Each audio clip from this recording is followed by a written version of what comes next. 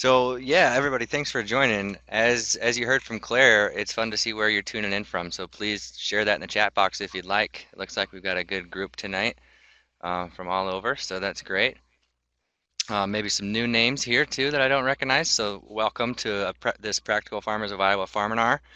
I am Steve Carlson. I'm a staff member with PFI, and I'm just going to talk a little bit tonight about our Farminars and practical farmers before turning it over to our guest speaker, who, as you're aware, is Clare Hintz. And Claire is joining us from her farm just off of the south shore of Lake Superior in northern Wisconsin, where she's got over 700 perennial fruit and nut trees interplanted on 5 acres with market gardens and livestock. And she runs a winter CSA and a summer CSA. And in addition to all of that, Claire's part of the Teachers Guild of the Permaculture Research Institute in Minneapolis, and she's the editor of the Journal of Sustainability Education. And so Claire's got a lot of experience to draw from when talking about our topic tonight, which will cover a little bit about permaculture principles. So she'll share with us about what she does up at her farm, Elsewhere Farm, and we're super glad to have her. So thanks, Claire. Yeah, great to be here. So this right here is our Winter Farminar series, which starts tonight, and we're going to go all the way through March 13th. So you can take a look at these topics and tune back in at 7 o'clock. These are all Tuesday nights. We do them at 7 p.m. Central Time, and they're all free. Next week, if you're interested in this topic tonight, maybe you'll be interested next week when we've got Rachel Ackerman from Blue Sky Flower Farm, and she is near Elko, Newmarket, Minnesota. And she's going to talk about growing woody ornamentals specifically, which will be really interesting. So tune back in next Tuesday. Then we're going to be off for a week, and then we'll do another whole, maybe, what is that, 6 or 7 topics in a row there. So mark your calendars and tune back in. And if you do miss any of these, we're recording all of them. We're recording tonight too, so if you want to revisit this, you can go to our archive. There's a link at the bottom of this slide there. We have a Farminar archive with over 130 of these things recorded. So if there's a topic you're interested in, there's a chance that we've covered it at one point or another. But if you miss any of these coming up, then you can always circle back and watch it in the archive. So Practical Farmers of Iowa has been around since 1985, and we are a farmer-led, member-driven nonprofit organization. We call ourselves a big tent because you can see just looking at the list of topics here that we provide programming for farming in all enterprises. So not just like tonight with permaculture and fruits and vegetables, but cover crops and row crops and livestock and really everything in between. So if our members and our attendees ask for it, then we try and provide programming for it. And so these Farminars are a great example of that. Our mission at Practical Farmers of Iowa is strengthening farms and communities through farmer-led investigation and information sharing. And we do that to help farmers practice an agriculture that benefits both the land and the people. And we achieve our mission through a number of ways. One way is through our cooperators program, which is our on-farm research, where our staff help design on-farm research trials with our farmer members, and they implement replicated on-farm trials on whatever issues that they're curious about. And then we help farmers share their experiences with other people through on-farm field days, through workshops and conferences, and this Farminar. Yeah, and speaking of conferences, our big conference of the year is coming up January 19th and 20th, 18th, 19th, and 20th, just next week here in Central Iowa in Ames. And our keynote speaker this year is James Rebanks, who's a New York Times best-selling author, a shepherd, a really interesting guy. We've got over 50 sessions planned throughout the weekend. They're all farmer-led. There's a ton of really great events. So go to pficonference.org to see that lineup. And if you register ahead of time, if you register this week, you can save money. We will take walk-in registrations at the weekend of the conference, but you can save some money if you sign up this week.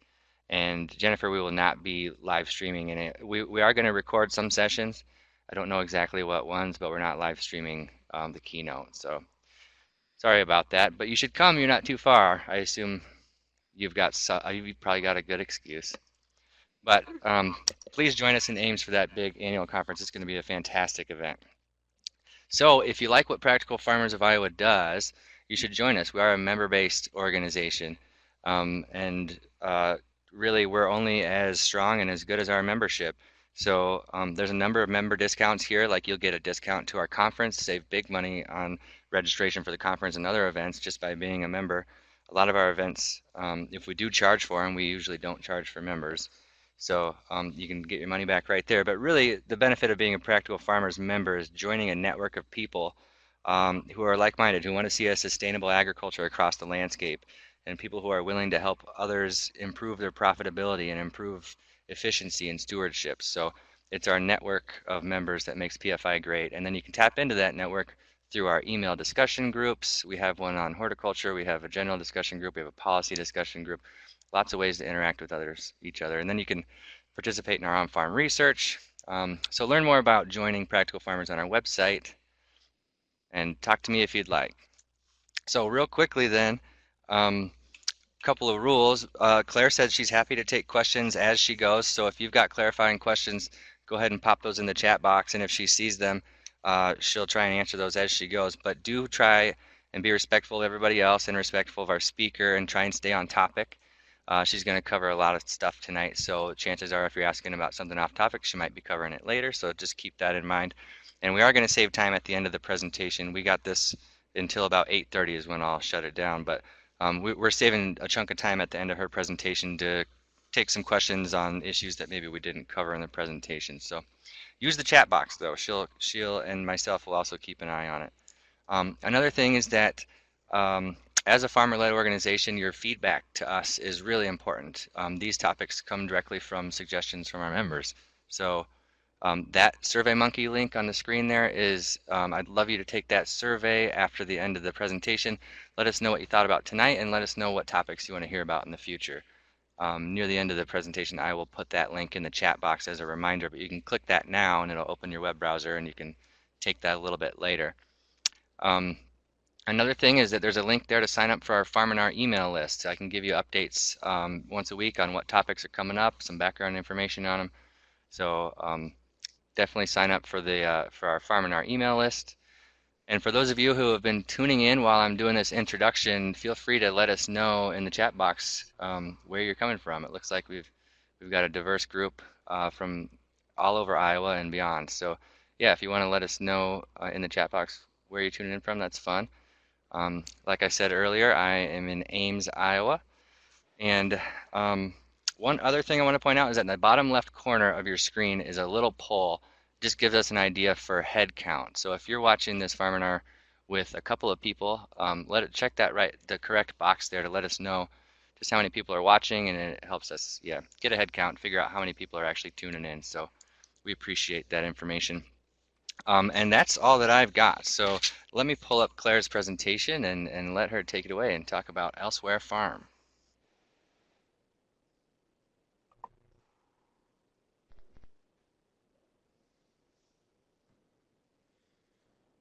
Great. Thank you, Steve. Welcome, everyone. It's so good to be with you this evening. So many of you are from Iowa, and so I live on the shores of Lake Superior. It's a zone 4, kind of a warm zone 4 because of the moderating effects of the lake. But it is quite a bit colder than Iowa, although it might not always feel like that. So I run a small diversified farm, and what I want to focus on tonight is how I use permaculture principles to run a farm solo and how I run a small farm. So there's lots of different ways of being a sustainable farmer, lots of great ways of contributing to the food system. What I'm talking about tonight is a very small farm, and my goal has been to farm as a solo operator. So my partner has a full-time job off the farm. I do have interns. They usually learn. They're here to learn, less to contribute to the productivity of the farm. And so that's how I've designed my farm, with the goal of thinking about rural regeneration. So the more business owners we have in rural America or anywhere else, the stronger our local economy is going to be. So that's why I'm so focused on a small solo operation. And I'll talk about some of those aspects as we go through. But so here I am. The blue in this slide is Lake Superior. I'm at the base of Bark Point on Lake Superior, and it's an incredibly beautiful area to be, right at the northern edge of temperate forest and moving into um, more conifers and more taiga kind of environments. Can be quite cold. Um, I am in an area of Wisconsin and Minnesota. I live in Wisconsin, but our food shed really extends into Minnesota. And there's about 500,000 people in that region.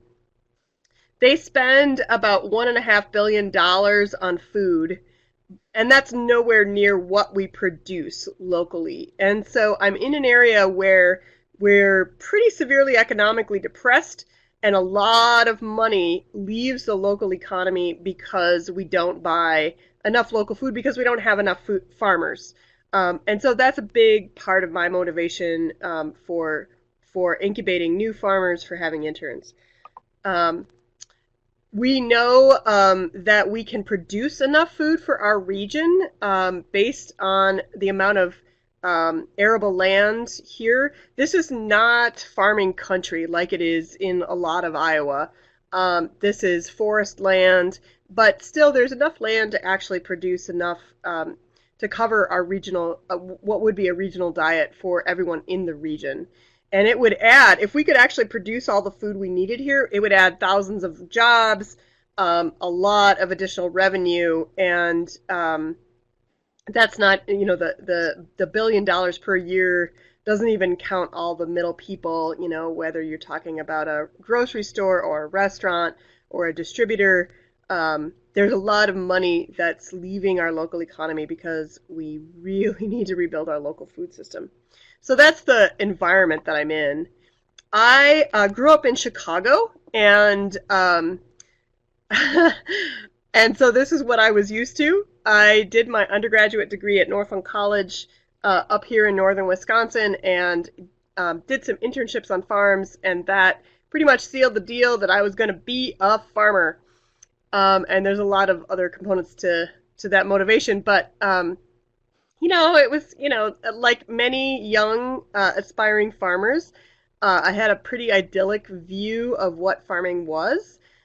This is actually a picture of my farm, but it was very pastoral and lovely. This is my reality. This is northern Wisconsin. We have winter 9 months out of the year. This is the frozen ice caves on Lake Superior. They no longer happen every year, but they are still quite a phenomenon up here. And so when I got to know my land and started to figure out, okay, how was I going to implement my farming vision here, I really had to retool for the environment that I was in. And part of that retooling is about setting realistic goals. So, everyone on this call who is a farmer knows that it's really easy to overwork. And so it's really a good idea, to sort of focus. What's the design of the farm? What are my goals? How am I going to make, a reasonable business out of this? In the context of the fact that, the American food system is pretty broken. We don't have a farm bill that supports sustainable farming in any way, or food production, really. We have a lot of commodity production supported by the farm bill, but really not food. So what I've been trying to do over the last 17 years on the farm is create a reasonable business for one person, and love, what I do. I love being outside. I love this environment. I love the problem solving that goes with farming. So I want to talk a little bit about some of the tools I'm using in case those things can be useful to you. So one of the aspects of what I'm doing is setting good goals and planning. And so these are a couple questions I keep in mind as I think about all the enterprises that go together on my farm. What activities am I doing?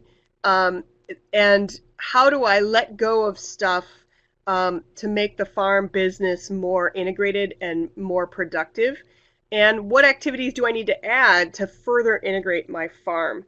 So this is the constant planning cycle that I'm in, and I'm also thinking about big picture. What's the best thing I can do with my farm to contribute to my local community? And so these goals are things that I kind of come back to. We all have the days. One of my farmer friends called them cubicle days, where it's just hard. It's just super hard. And so how do we reset and refocus on our goals and kind of focus on the big picture and let the muck of the moment go by us? And so that's what I keep coming back to as I farm, what my goals are in terms of contributing to the local economy, contributing to my local community, building a cleaner watershed, etc. So those are the questions I'm working with. So here's my driving forces. I'm in an eco-municipality region in northern Wisconsin, which means that there is a very strong ethic of local food here. There's a very strong ethic of local energy here, and there's a very strong ethic of local economy. Within that, I'm looking at how I can train the next generation of farmers, how I can model an integrated system, and how I can have fun while I'm doing all of that. David Eisenberg said that the easiest way to change the dominant paradigm is to have fun and make sure everyone else knows that you're doing that. And so that's what I'm trying to do with my farm. So a lot of aspects to the business and to the, I guess you could call it, social marketing of my farm. So I'm going to talk about some of these elements of planning as I go through the elements of my farm. I'm going to give you a little tour of the farm, but I want to just share this graphic with you as a way also, something that may be useful for you. Thinking about all the aspects of a diversified farm, you can really easily get pulled one way or the other, and it may not end up being that efficient for your overall business, right? And so I'm always, for any enterprise that's on the farm, I'm thinking about, okay, is this something new that I've got to nurture? Is this something that I've got to maintain? Is this something that I'm really reaping a benefit from? Is this something that I need to let go of? And if I continue to ask those questions, then I'm not going to be trapped into an enterprise that really isn't supporting the overall farm or my creativity. As farmers, we're all very creative in our business, and it's easy to get stuck into a production model, that can get stagnant over time. And so, what am I going to do to let go of stuff that's fairly stagnant and make some room for renewal as we go along? So I moved up here to this farm in 2001 and worked on an off-farm job for 10 years as I was building the farm enterprises, and have been farming full-time for about the last 7 years. And when I was looking around at other farmers, it seemed like it took about 10 years to sort of really gel a diversified farm and really, really shed the stuff that wasn't working and incorporate the stuff that was, and nurture it. And so I feel pretty proud that I'm in year 7 and coming along here very nicely. And I'll talk about the different enterprises that I'm involved with here. So I want to give a little. For some of you, permaculture may be a new topic, and for some of you, it may be very familiar. what I want to do before I get into the tour of my farm is talk about a couple of design principles that I'm using on the farm. So I've got my planning framework, um, and then I'm also using permaculture design to actually create the farm, the physical farm. And so these design principles are things that I'm going to come back to as I give you the tour of the farm, but I want to just highlight them right up front. So these are some of many design principles in permaculture, but I think about these as sort of the key driving forces on my farm. One of them is multiple functions for a single element. So how can I create redundancy on the farm? Um, so for example, chickens. I'm producing eggs for my CSAs, and I am incorporating the manure from the chickens on my farm, on my market gardens, and the chickens also provide me with some meat for my household. So those chickens have at least three functions on the farm. So they really have a lot of benefits, and that's important to weigh when we look at the finances of the whole operation. All right. The reverse of that is multiple elements for a single function. So creating redundancy for resilience. In other words, if my water pump fails, how do I get water to my livestock? Do I have ponds available? Do I have pumps in those ponds? I have an artesian spring on my farm. I have water catchment all over the farm. And so I've got four ways of providing water, whether it's to my market gardens or to the animals, should my well pump fail. And thinking about those things goes a long way to making my business resilient and also making farming a little bit more sane as a solo operator. The other thing I really emphasize is, can I use biology rather than a physical implement or other capital expense or chemistry to do the work of the farm? So can I use plants that ward off pests in some of my market gardens? My pigs do a phenomenal job as weed control. My chickens do a phenomenal job in the orchard as pest control, insect pest control. And I'll talk a little bit about more. Yeah, Carl, thank you for the principles link. Folks, so look in the chat box. There's a really nice handy link that Carl posted about the permaculture principles, more elaborate listing there. Thanks, Carl. Oh, our picture got a little out of line there. Energy cycling and recycling. So I think about the farm as a whole organism, and so how can I close the energy and nutrient loops to the extent possible? Obviously, I'm shipping product off the farm, and I need to bring materials back onto the farm to offset that. But to the extent that I can produce resources on my farm that I need and close some loops, that is part of my overall business model and really helps me as a solo operator run a viable farm. The other thing I'm looking at is, over time, how is the farm going to change, and how can I really compact the spaces that I'm using? So can I go vertical with what I'm doing? Can I use 3 dimensions of the farm? I have 40 acres as the farm, but it takes a lot of time to walk across land, and so the more intensive I can be, I get more relational benefits from the components of my farm. It takes me less time to do the work, and that's obviously critical as a solo operator too. All right, and here's just another picture that I wanted to highlight because this is what I'm doing in my forest garden. This picture shows the layers of a potential forest garden: an overstory canopy, a low tree layer, herbaceous layer, the roots the soil surface, vining crops.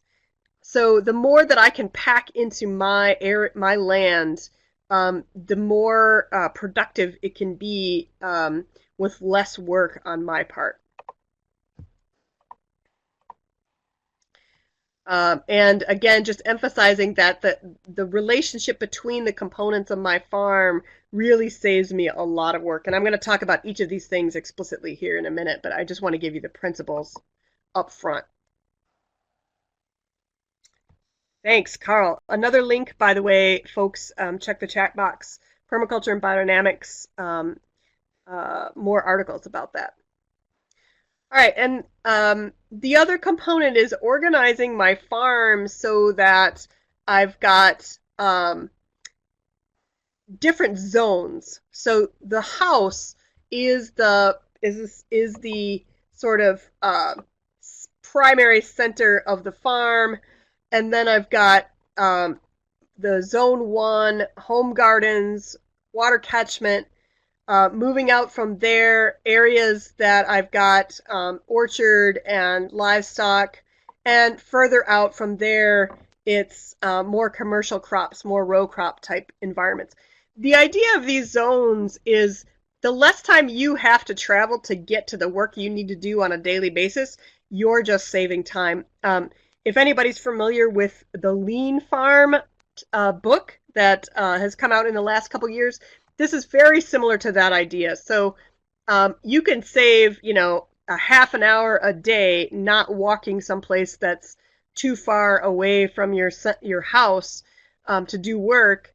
And you think about that half hour adding up over a week, a month, a year, that's a lot of time that you can use to do something else. So this zoning is a really critical component of organizing a production permaculture farm. All right, and all of this, just to emphasize, is to help me balance my workload and have a enjoyable career and work as a solo operator. So those are the principles I'm using. So here's how it's applied on my farm. This is an aerial view. I've got the Zone 1 house and greenhouse. Zone 2 are market gardens, and I'm going to talk about each of these separately here. And Zone 3 are the larger orchards. All right. So, as Steve mentioned, I run a winter CSA. This was critical to my business plan as a solo operator.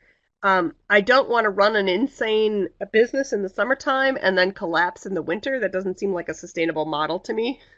So when I first learned about winter greenhouses from Carol Ford and Chuck Wabel in Minnesota, it was sort of the light bulb moment for me. This is how my business is going to work. My farm business is going to work year-round, and it's going to provide me an income year-round. So this is my greenhouse, which is attached to the south side of my house in the winter.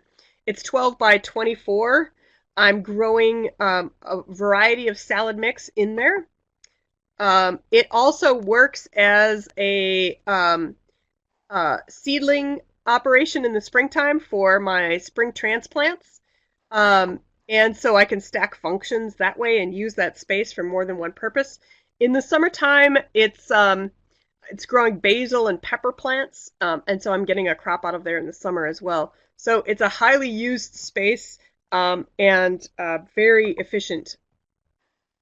The winter CSA gives me income throughout the whole calendar year. So for those of you who are running summer CSAs, in some ways the winter is less. Yeah, thanks for the thanks. Yeah, the gutters. I just go back a second here.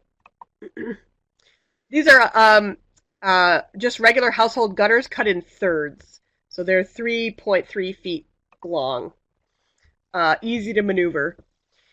The summer CSA actually has a little bit more risk than winter, because the winter CSA, most of it's in the root cellar. And so the greens are risky. It could freeze. The growth rates could be really slow.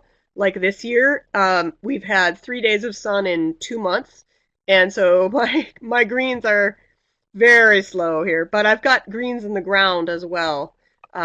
If you see here at the bottom, I've got greens growing right down here. uh, you can you can see those. And Carl's got another link out there. Thank you, Carl. Um, the cost is a little bit high to start, but overall it pays back pretty quickly. So having a winter CSA also means I can incorporate some value added products, pickles and jams, eggs from my own chickens, cheese from a neighboring farm. I also get the bonus of green space in winter. That's really critical in northern Wisconsin. And it's a chance for me to grow food year round. So this is what it looks like in March. I have to start opening the greenhouse because it's too hot in there and the greens will bolt. And I want to just highlight some of the construction details in case any of you are thinking about doing something like this, adding this to your farm. It's an insulated foundation that goes down to our frost line, which here is 4 feet down into the ground. Then there is drained clay, 18 inches of clay, drain tile and gravel placed on top of that, and then a fabric barrier, and then growing medium on top of that. So I'm growing in the ground in this greenhouse, and there's a drain that goes out the one side way down at the bottom, but I'm growing in this ground. And then you can see I've got the back wall full of plants. This was an early arrangement of the greenhouse, and so I'm using all available space. And again, it's just 12 by 24, so not a big space, but it gives me a huge boon in the winter. Here's a little picture of the growing medium going in, and some help that I had putting up the greenhouse. And this is what it looks like with the salad mix, just getting started. And then the crops in the ground, you see the chard there that I've transplanted from the field. So that's full-size chard that I've transplanted from the summer production. Plant varieties do matter. So I want to talk about that. And Wade's got a question about humidity issues. Yeah, against the house. In fact, there are no issues. So it's so dry here in the wintertime, and I've got wood heat in my house. And so I've got the greenhouse door open to the house for the entire winter because I'm letting some of the wood heat in my house go into the greenhouse. And so I get the moisture back in my house, which actually is a benefit. It's nowhere near too humid in here. But for folks who do find that to be a problem, yeah, you'd want to vent it with vents. You can have mechanical vents that reclaim the heat, or just passive, easily, manually operated vents. Thanks, Wade, for that question. And other folks, if you want to ask questions, feel free to type it in the chat box. So this is my planting plan. I'm cutting 6 planters every week in the wintertime. I've got a CSA of 10 to 12 members, 10 to 12 families. I'm trying to get all the seeding done before October 15th. That allows me to avoid using heat mats, and I've got a good growth rate before the growth rates slow down because of temperature and light.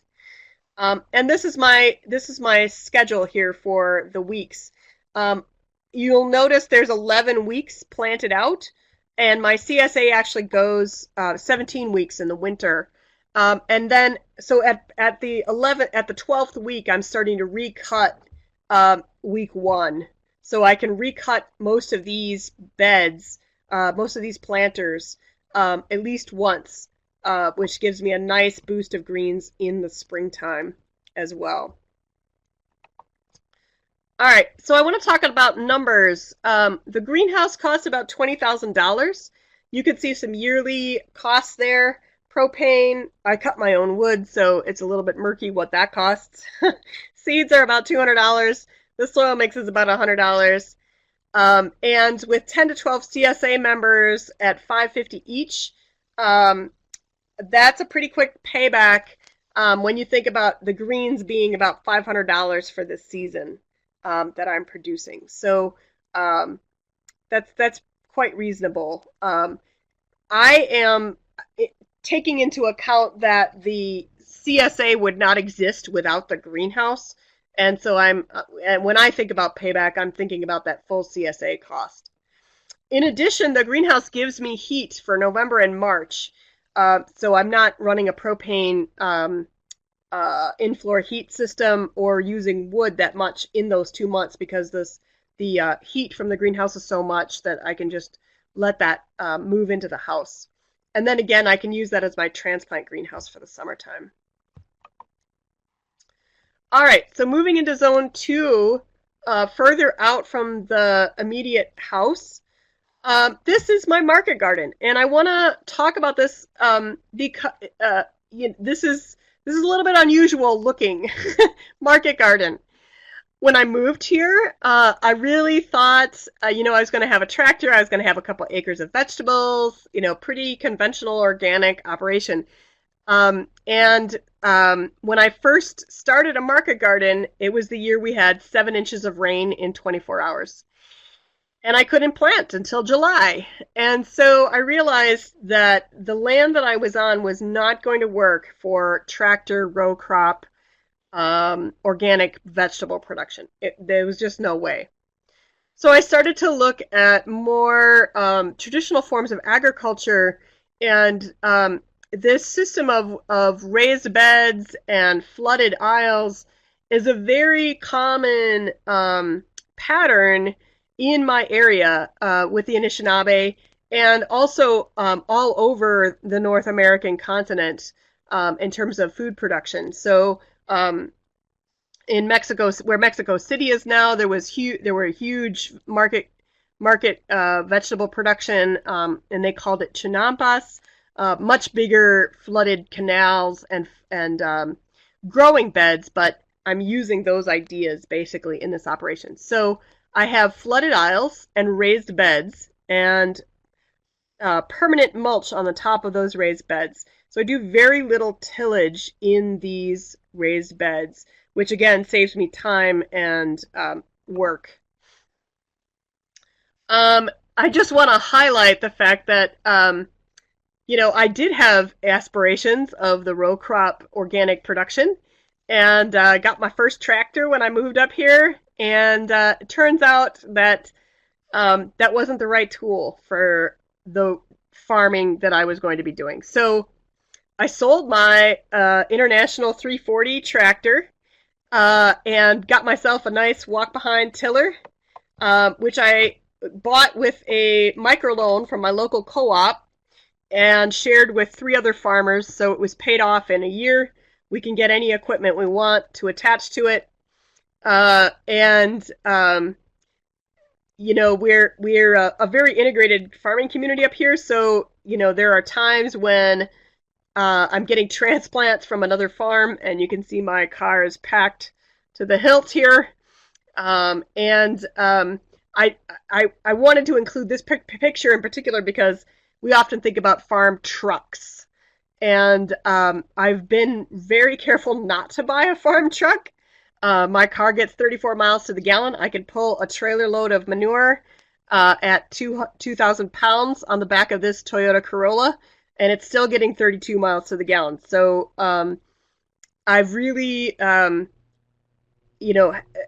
gotten a little bit large and then realized that that's not where I needed to be, and focused down on small, and that's really paid off for me in terms of saving money and being really efficient. I use this car for a lot of stuff, and it gets great gas mileage, which matters, in rural America when you've got long distances to travel.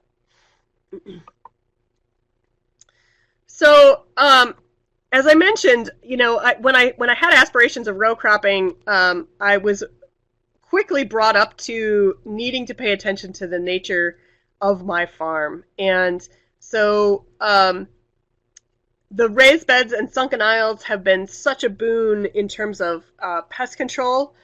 You'd think there might be huge slug problems, but because I have flooded aisles, I've got a huge frog population, which eats the slugs.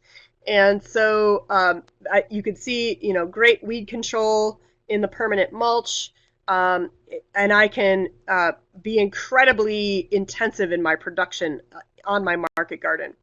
You'll see in the background here, there is a nice, shiny, brand new international tractor, and that came with my partner. So that is a bonus. And Kim is asking what do I use for mulch? This is just rotted hay. And I went back and forth. I bought straw for many years because I was nervous about the weed seed load. But it turns out that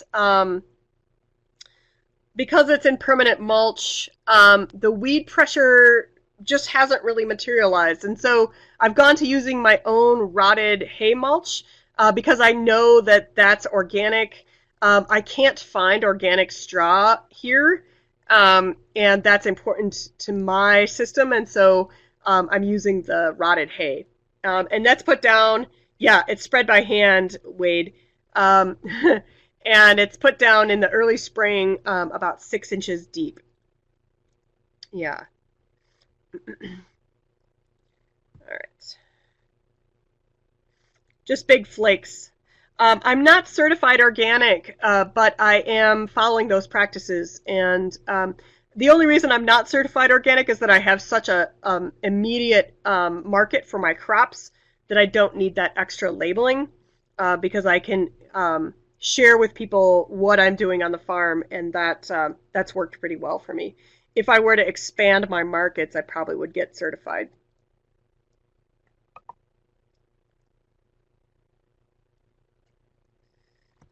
Jennifer's asking, do you transplant everything? Almost everything, yeah. So let me talk about that. Yeah, exactly. Between seeding and germination. Yeah, Jennifer, I will highlight that specifically. And Paulette, the water level in the trenches is natural, so it's whatever the rainfall's doing. And this past year, we were flooded. Those aisles were flooded until August. In other years, they might dry up in July. So it's whatever the rainfall is doing. And I have clay loam soil, so it's holding water very well. It's not infiltrating very much.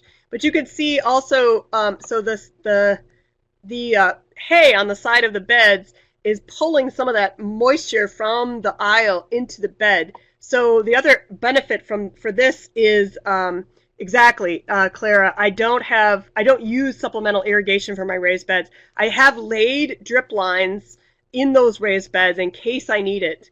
But it hasn't been something that I've needed to use very often. If I have to water, I'll use the drip irrigation.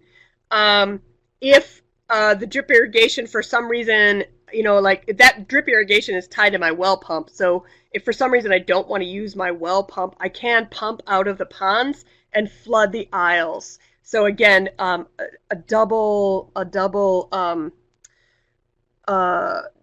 ways of providing that service.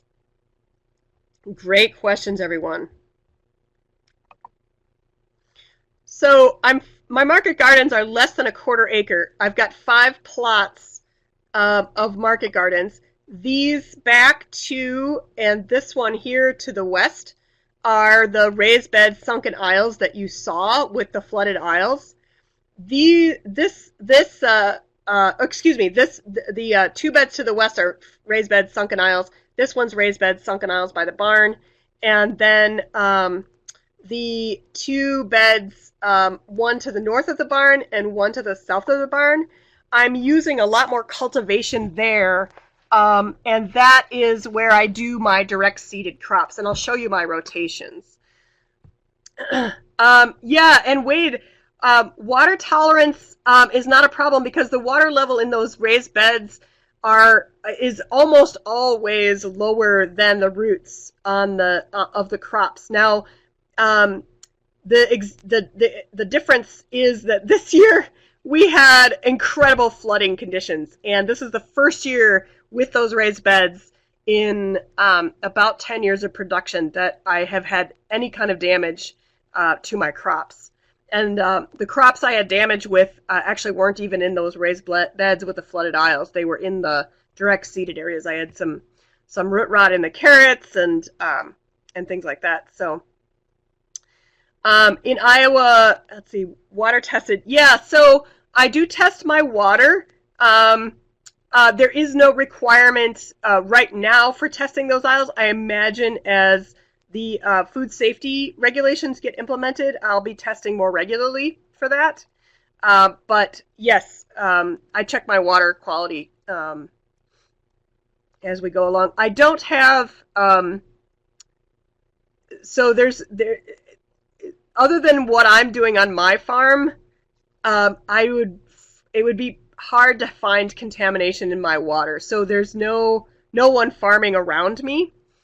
There's no livestock around me. So it's what I'm doing with my own livestock management that's protecting that water quality.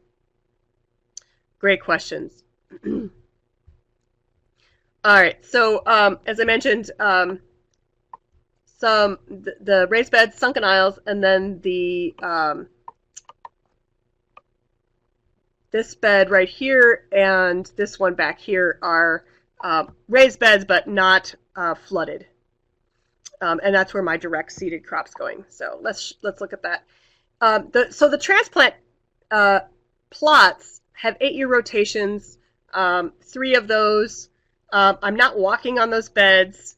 So the cultivation, the cultivation is very easy. The tilth is incredible. Carl, yes, I know Mark Shepard pretty well. And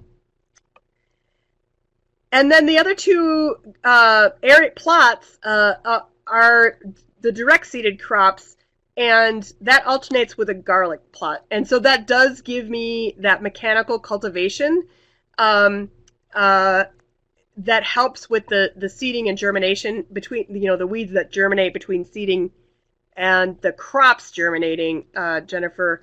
I also put pigs in where the direct seeded crop plot was, so that gives fertility over the winter. The pigs go where the garlic crop came out, and then the next year that's going to be the direct seeded crops. And then I've got mulch in with the garlics to further add organic matter. This is what the direct seeded market garden looks like in the height of summer. You can see just the tops of the carrots there. I've got some peas, a huge row of sunflowers. There's some beans behind that, beets, onions, beans, and then that's alternating, as I mentioned, with the garlic bed, the garlic plot. So I'm growing 16 different varieties of garlic as I'm doing everything for CSA and farmers market and some restaurant sales. The more diversity I have, the better, and I'm just kind of a diversity nut, so I really like the variety of garlic that exists in the world. And so this is 16 different varieties of garlic. All right, so here's the exact rotations that I've got. You can see I've got everything is transplanted. I try and batch things by whether they're going in early or mid-season. And then that area that I showed you that was by the Hoophouse, that's all fruit crops with with the potatoes in there. That's because that soil is really high phosphorus. That was the old dumping grounds historically for the barn manure for the farmers that created this farm. And so I'm using a lot of fruit crops in that area to bring down the phosphorus in that area. And then you can see here's another example. I've got some plastic mulch on the side of one of my raised beds as I'm doing some quackgrass control there. You saw that I had a hoop house in the aerial photo. That adds an extra layer of cropping here. I've got tomatoes and cucumbers, broccoli and I'm thinking about trying ginger, you might say, well, what the heck would I do? Why am I growing broccoli in a hoop house? That again is because the nitrogen levels, because of the chickens in there in the wintertime, is so high. The broccoli is phenomenal coming out of that hoop, and I can sell it really early. It crops repeatedly and prolifically, and so oddly, that has been a good hoop house crop for me. And it breaks up the cucumbers and the tomatoes. So again, pests and disease issues. I don't want to have an entire hoop house. I only have one hoop house, so I don't want to have an entire hoop house of tomatoes and cucumbers that's in there continuously. And so the broccoli really breaks up. There's a 6-year rotation in there. Yeah, chickens. I will talk about those guys. There are, I have 120 hens right now. And I'll talk about that system in just a second. Thank you, Jennifer. Oh, let me just point out, I've got NRCS funding. I got NRCS funding for that hoop, which was a huge boon. Before I get into the animals, I want to talk briefly about the food forest component. So that is at the, in some ways, the beginning stages, even though many of the trees in here have been in here for 20 years. So my overstory is apples and pears. You see this picture here has got a pear over, this is the pear overstory right here. We're doing some mulching. I've got cherries as well. And then my understory is crops like Juneberry, elderberry, currants. What I'm going for is a diversity of harvesting. And as increasingly we have a destabilized climate, the more diversity I have in fruit production, the more stable I'll be at the farmer's market. So I'm just going to skip over this because I don't want to get to the animals here. But let me just go into the layout here. So the overstory is apples, cherries, and pears. The understory is Juneberry, gooseberry, highbush cranberry, currants, elderberry, and cornelian cherry. And then I've got a couple rows of raspberries. I've got some strawberries up front here. So if it's a fruit, I'm probably growing it. And again, that's giving me the maximum diversity of crops, and spreads out my harvesting season over the entire season. So again, as a solo farmer, I'm trying to spread out the workload. All right, animals in the system.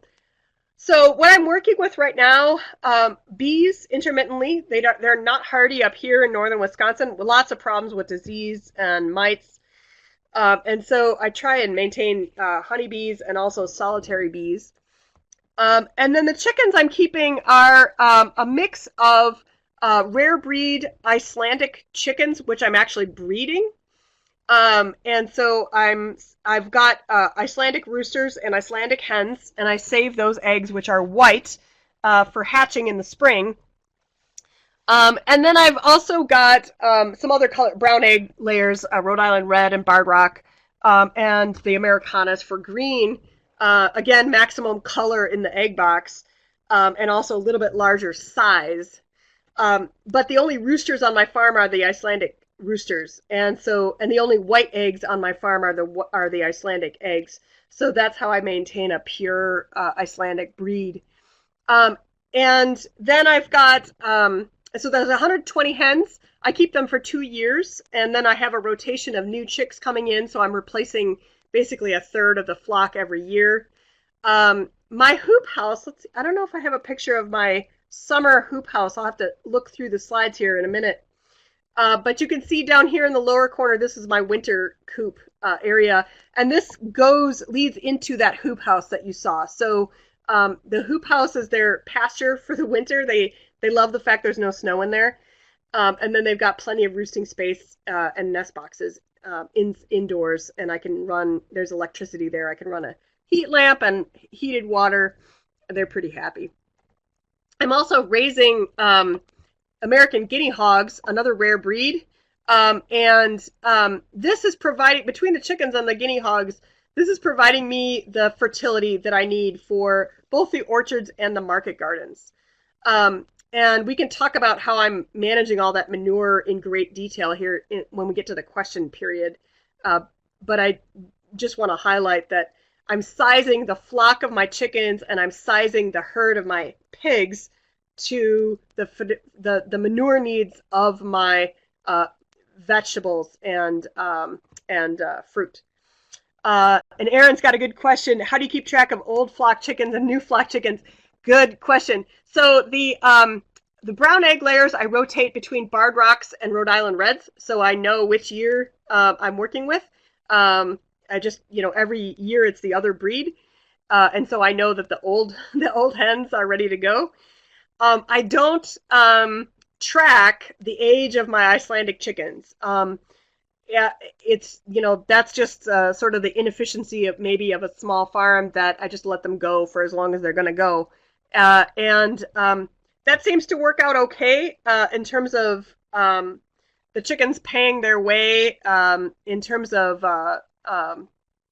feed costs. And, my eggs are not cheap. I do an egg CSA, direct delivery to people. And I'm using all organic, certified organic feed, and my eggs are $7 a dozen. And I have the right size of customer base for that, and it maintains the right size of chicken flock. And so it's one of those decision points, which is, what market are you going for, and what, what is that doing on your farm? And I'm consistently making the case for why my eggs are $7 a dozen. As someone who's very interested in food access, I'm not comfortable with the $7 a dozen. I'm also aware that I need to stay in business as a farmer, and the chickens have to pay their way. So I'm tracking those costs very carefully. And then the Americanas, the plan with the Americanas was to leg band them so I would know which year was which. I have had some serious predation over the last couple of years, and so the Americanas have been in the same state, which is I don't cull Americanas. They seem to be the first ones to get picked off by the owl. So again, I'm thinking about the animals and the plants. Everything is integrated together. I want to have one integrated system. I could focus on one crop or the other and import the other materials I would need. Yeah, owls, exactly. But I would really like to be able to, think about the farm as a body and think about the farm as a fully integrated system. So that's my goal. I want to talk a little bit about how I'm moving the animals through the system briefly here before we open it up to questions.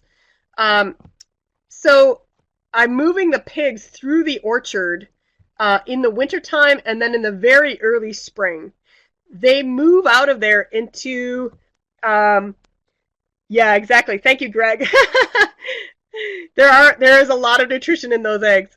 The pigs move into summer paddocks in the summertime, so they're out of the orchard in time for me to have a 90-day window per organic standards for picked fruit coming out of that orchard. I do not pick drops. Well, those go to the pigs mainly, but so everything is picked off the tree, and I've got my 90-day window between animals in the system and picking the crop out. So that's something I'm tracking there. All right. I just want to talk briefly about markets here and money. So I am a tiny farm. And so, yeah, I'm trying to work with nature. Exactly, Brian. And so my winter CSA is about $5,000. Summer CSA is about $8,000. My goal is to expand that. The egg CSA is about $2,500. Farmers markets, you can see, is about $1,500. Restaurant sales are almost double that. So it's about $20,000 a year gross. About half that's going right back into the farm. As Steve mentioned, I do a number of other things. 98% of farmers in the United States have off-farm income, and I'm sure you're all very familiar with that. What I want to highlight is in the planning part of the system, I'm looking at expanding or dropping farmers markets. You can see it's my lowest area of sales, but in my case, I'm not going to be dropping that market because the fruit production is finally kicking in. Pears are finally kicking in. Apples are going gangbusters. All the small fruit is really kicking up. And I can, a farmer's market, a rural farmers market as we are here, that is, fruit sales are a slam dunk, no matter what the weather is. As grumpy as customers might be in pouring, freezing rain, they're going to buy fruit. So I'm leaving my presence at the farmer's market there because the fruit production on the farm is just kicking in now. So right now I'm grossing about $20,000 off the farm. My goal is about $30,000 gross, and that'll probably be in the next 2 years with increase in fruit production. And Aaron, as you asked, I do sell pork. It's $11 a pound, except for the ground pork, which is $10 a pound.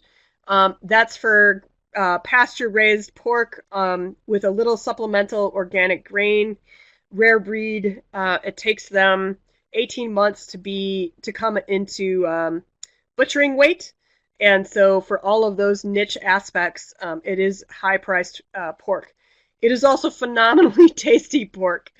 They're pretty fat pigs, and the taste is just incredible.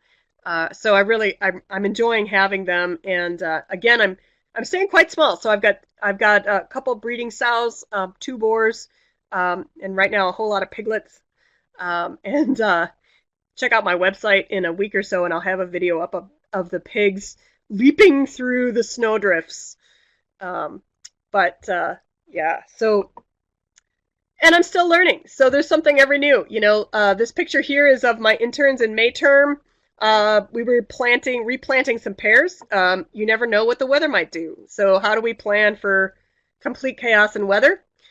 This picture right here is a unintentional trial of bean varieties against the rabbits. So it turns out rabbits will eat the purple beans last, and they're going to chow the green beans first. And they don't like cilantro at all.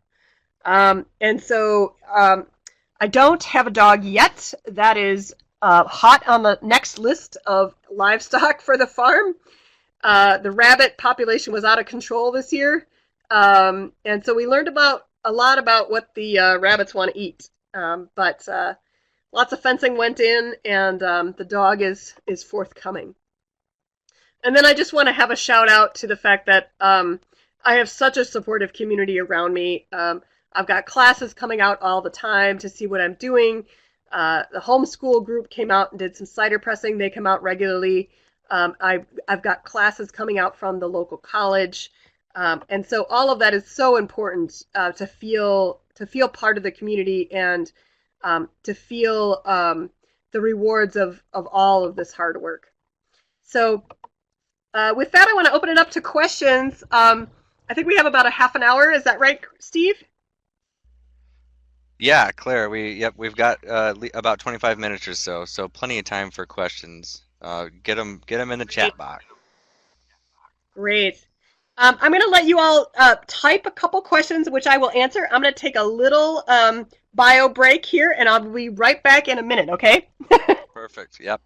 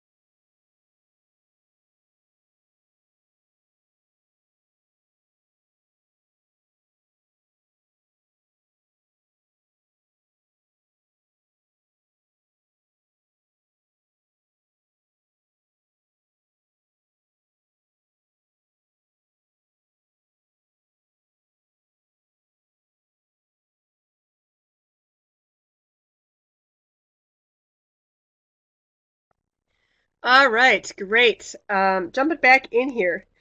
Thomas, I'm just going to go through all of the questions here in order. So composting system, yeah, I've got two basic methods of composting. Um, if I have enough window, 120-day window between harvest and application, the deep bedding from the chickens goes right into the market garden. If I don't have that window, then I've got a biodynamic composting windrow out in the field that I'm turning. I'm adding the amendments, and then I'm turning it with that lovely new Kubota tractor, orange Kubota tractor. And I worked with a composting expert here in Wisconsin to set that up. And then I'm bringing in some organic dairy manure from a local dairy farm to supplement that too. And over time, I'll need that less and less and just be able to compost my own pig manure and chicken manure. But right now, I'm trying to get a couple years ahead. The storage barrel, Brian, in the barn picture here, is for water. And this storage barrel leads directly into the market garden that is off to the side. Let's see if I can go back here. Steve, where was that menu for looking at all the slides? Yeah, that's down on the left corner next to the two arrow buttons. There's that little slideshow Oh, bar on the left corner of the slide. There you go. yeah. Yep. Yeah, all right.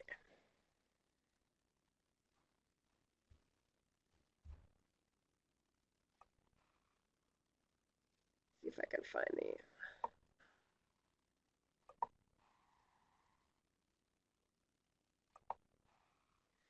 So the water barrel is right here next to the barn. It is collecting water off the barn roof.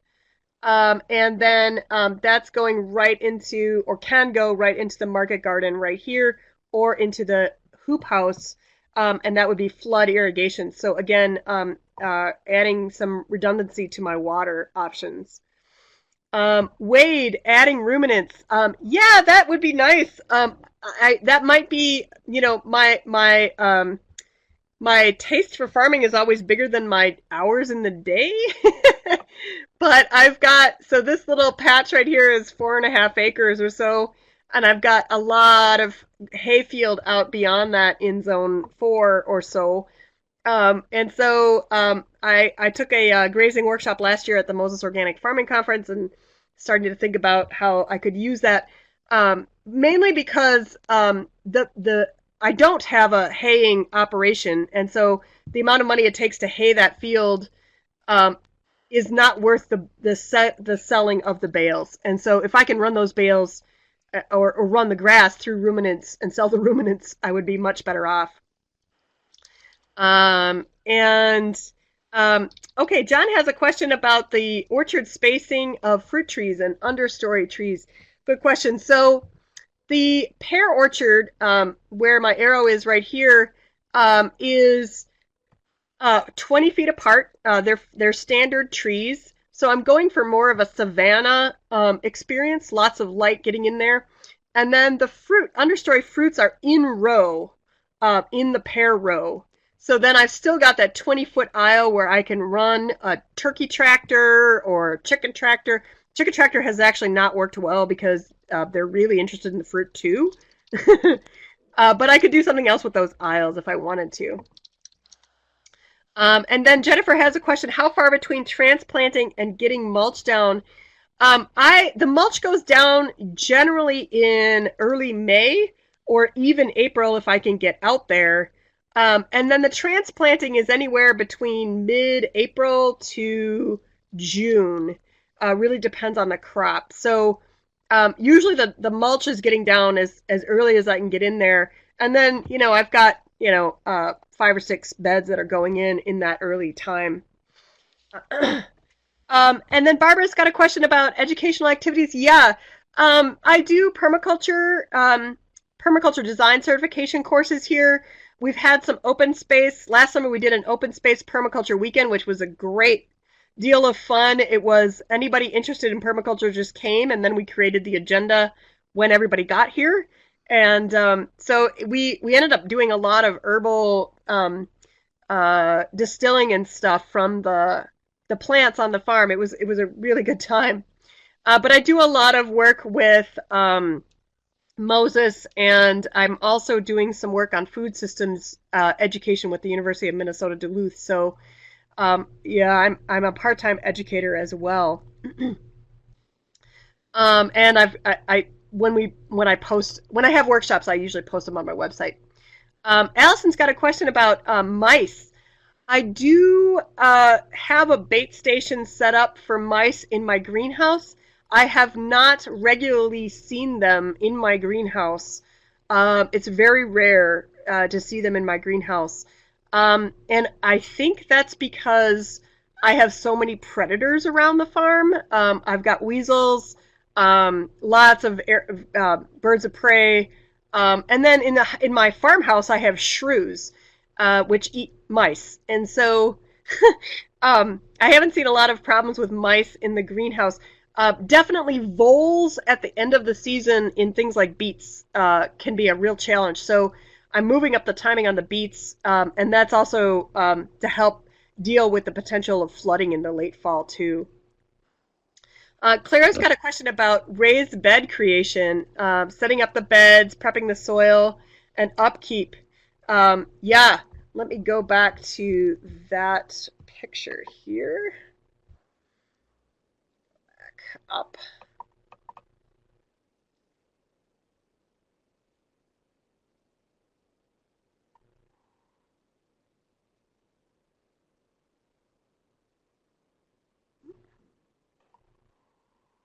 Oh,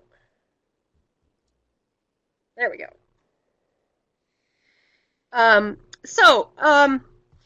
The raised beds were made by hand. I had a neighbor come and do some tillage. This was after I had a tractor and before I had a partner with a tractor. So I had a neighbor come and do some initial tillage, and we literally just dug up the aisles and put them on the surface of the raised bed. So in some ways, it's kind of a modified, bio-intensive raised bed. Um, we didn't really do a lot of work loosening up the soil in that lower layer before we put the soil layer on from the aisles. So I guess you can't say that's true John Jevons, but it's pretty close. And because it's not walked on, because there's so much soil life in there, and the clay loam soils that I have are really rich. The tilth has been really nice. So we dug the aisles and put that material on the raised bed top. And you can see I in this top picture here, there's some tillage that I will do, but it's pretty minimal. I would say that it's once every other year that I might till a raised bed, and then I'm putting the mulch down on top of that, and then that mulch usually lives until snow, it's covered until snow, and then in the spring, there's usually a little bit left. The rest of it's decomposed. I will put down a new layer. You can see in this lower picture, the interns are planting right into that mulch that we've just put down, and then we're going to move on to the next bed and mulch that. I would say what I've come to is definitely transplants in that mulch. So the sides of those beds will get weedy with grass, which is why you could see in some of those later pictures I had some plastic along the edge to knock back the grass. And so the thicker I can keep the mulch and transplant into it, the less upkeep I have to do. So what I'm doing at this point, like last year and this year, is recovering from a crop rotation where I did have some more direct seeded things in these raised beds. I've now combined all the direct seeded crops into one plot, which alternates with the garlic, and so that's working way better for weed control. Tyler's got a question about social media marketing. Um, I have aspirations for doing a lot, but it doesn't always get done. So I try and keep my Facebook page updated, do a post a week or so. In the summertime, I probably do more like 2 posts a week. It's really, it's up there in the motivation, but low on the list, right? The bottom half of your list always gets cut off. Uh, and then I try and keep my website updated. I would say one of the reasons for me to stay at the farmers market is that word of mouth. That's huge in the community that I live in. We've got about 30,000 people around Chequamegon Bay, and that wider range is much bigger, but my primary market is Chequamegon Bay. So word of mouth is very effective. Oddly enough, posters in cafes is highly effective to sell CSA shares. That's actually my best way to sell CSA shares. Um, and so, yeah, I don't. The social media savviness, maybe of my community, is a little bit behind an urban area, but uh, yeah, that's what I'm doing. Kim asks, running poultry through when my plants are producing. I do not actually do that. So the poultry is in a mobile coop that runs through the apple orchard, and my apple orchard has 16 different varieties that are planted according to maturity date. So the chickens are moving through the apple orchard just ahead of that 90-day window of fresh manure to harvesting fruit. And so my chickens are not completely free range. They're inside an electric net fence. That's less about the chickens and more about the predators getting the chickens. But I'm following organic standards on that. And Brian asks, "Are you looking for volunteers?" Oh yeah, we can always use volunteers. um, this upcoming summer, I won't be accepting interns. I have an internship program and I have a farm incubation program. So beginning farmers who have had internship experience want to get out on a farm and start a business but can't afford the land. I've got a 1/4 acre ready to go, manured with pig manure, tilled up, fenced for deer, housing, and then the trade is 1 or 2 days a week of work on my farm, and then the incubate gets business advice, land, access to markets, and coaching along the way, and housing. So, and then Aaron's asking where I get my Icelandic chickens. I started out with some chicks from Whippoorwill Farm in Iron River, Wisconsin, which is about a half an hour away from me. And then I've been breeding my own ever since, and so I'm replacing those roosters pretty regularly with other roosters from other Icelandic flocks in the area, but I'm breeding my own Icelandic chickens. Um, and Nate's asking about compensation for acting as an educator. It's kind of a sliding scale. So University of Minnesota Duluth paid me to create a food system certificate online, which is just going live next month. And that's been an important part of my farming plan. So being able to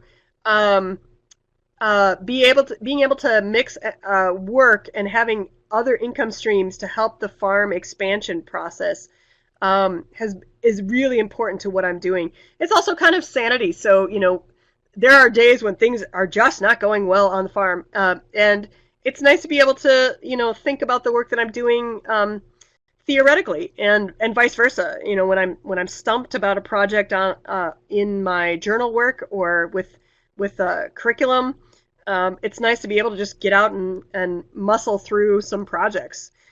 So those things go together really nicely. But I do, as time goes on, I do expect more and more compensation for my work, whether that is farming or educating. It's I think it's also a gender issue that women tend to not ask for compensation as much as men do, and so I'm cognizant of that when I go into a situation where somebody's expecting me to volunteer.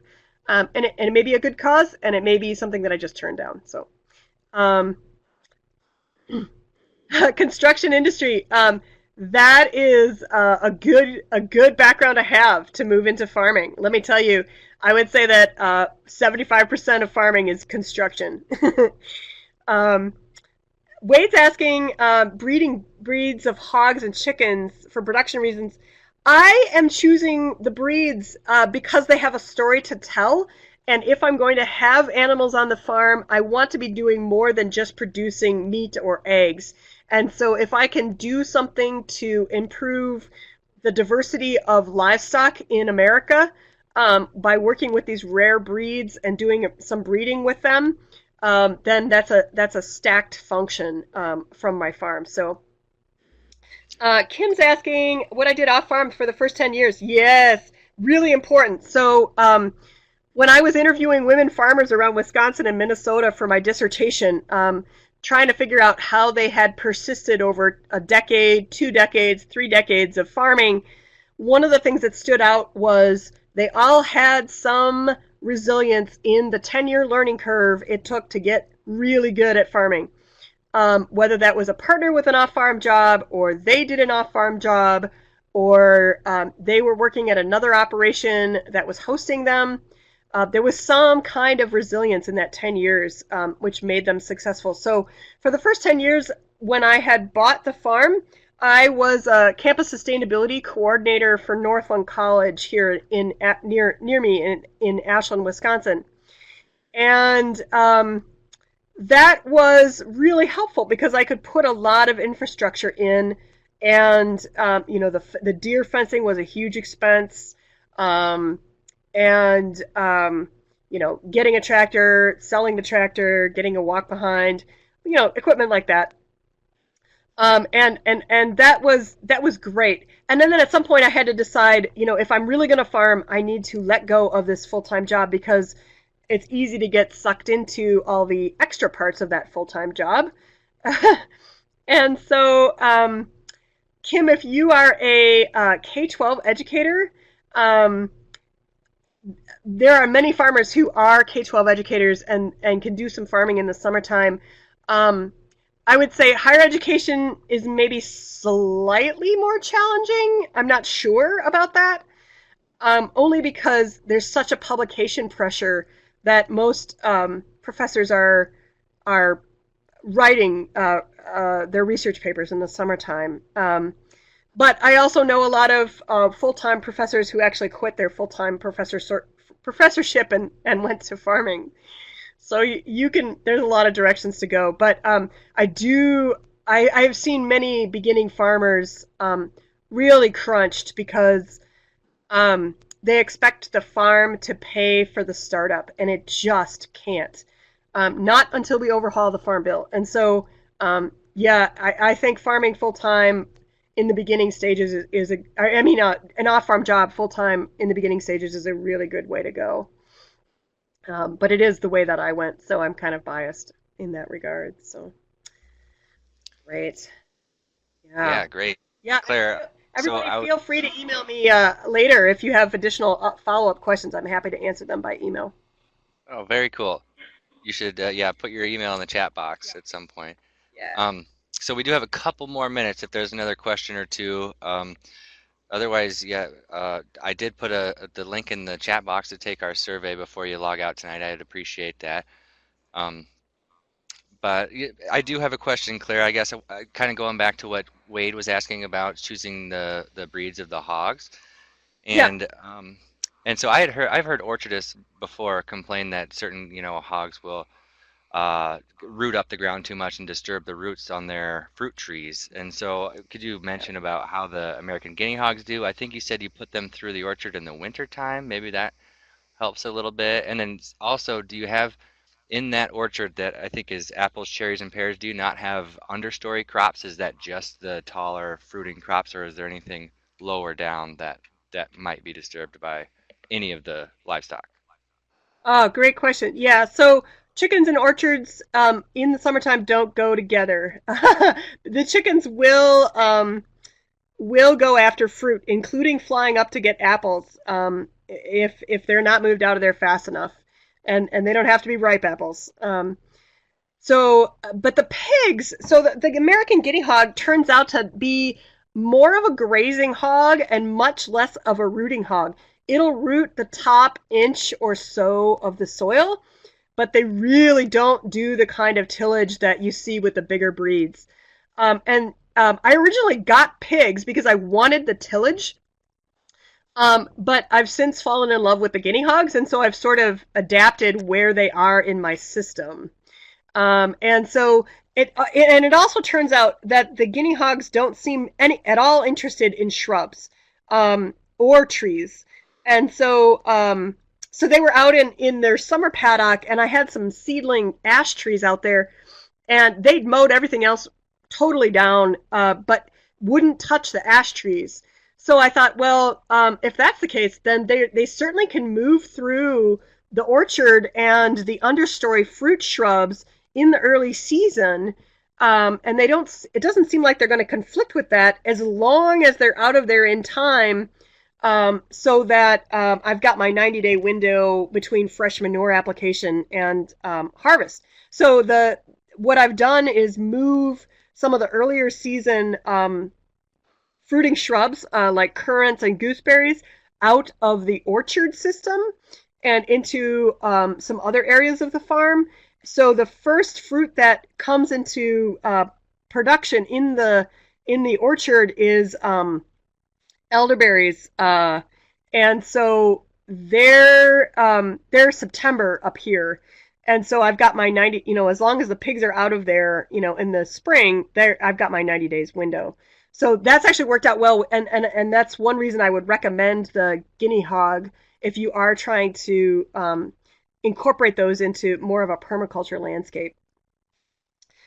Thomas had a question about nitrogen fixing plants and trees in the orchard. Yeah, my understory is heavily clover and alfalfa, and I have not incorporated very many nitrogen fixing trees. Locust does not do well in my heavier soils, and I have asked black, what is it? Alder. um, Black alder around, which will fix nitrogen as well, but I'm reluctant to let that loose in the orchard. So, and thanks everyone for your thanks, and do fill out that survey. Yeah, I think that takes us right up until the end of our time here very well. So, Claire, this was a wealth of information. You're so great. Thank you very much for sharing all about your farm and with the permaculture principles. And this was just really well put together. You're easy to listen to. So thanks for sharing all of your knowledge. And thanks everybody for tuning in tonight on Tuesday. Come back next Tuesday. We do these, for the next 9 weeks or so. So we Thanks, appreciate. and keep up the good work with Practical Farmers of Iowa. You are all an inspiration to us around the Midwest. Love to hear that, Claire, and hope I run into you at Moses. Yes, yes. Anyone going to Moses, I will see you there. Awesome.